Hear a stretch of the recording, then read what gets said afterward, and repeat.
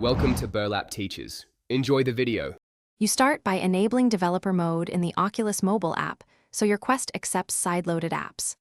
Once done, install Oculus ADB drivers on your PC and connect the headset. Accept USB debugging when the prompt appears inside the Quest. Make sure you downloaded the ES File Explorer APK to a known folder on your computer and verify the APK signature and version to avoid incompatible builds. Now you're ready to move into the actual side-loading steps and use ADB commands to push the app. With your Quest connected, run a DB devices to confirm a working link, and then accept the RSA key inside the headset. This authorizes your PC.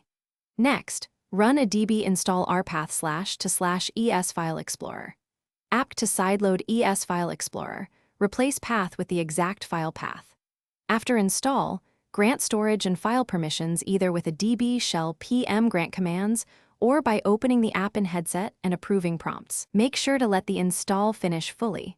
Partial installs cause crashes, so watch for success messages in your terminal.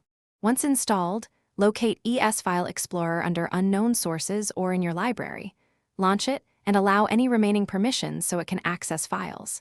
If the app doesn't appear or crashes, uninstall with a DB uninstall package. Name then reinstall using a DB install R to clear bad installs.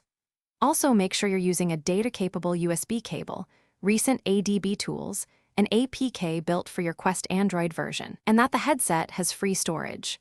One key tip: re-enable developer mode and reboot the headset if permissions aren't sticking. Thanks for watching. Consider subscribing if this video helped you.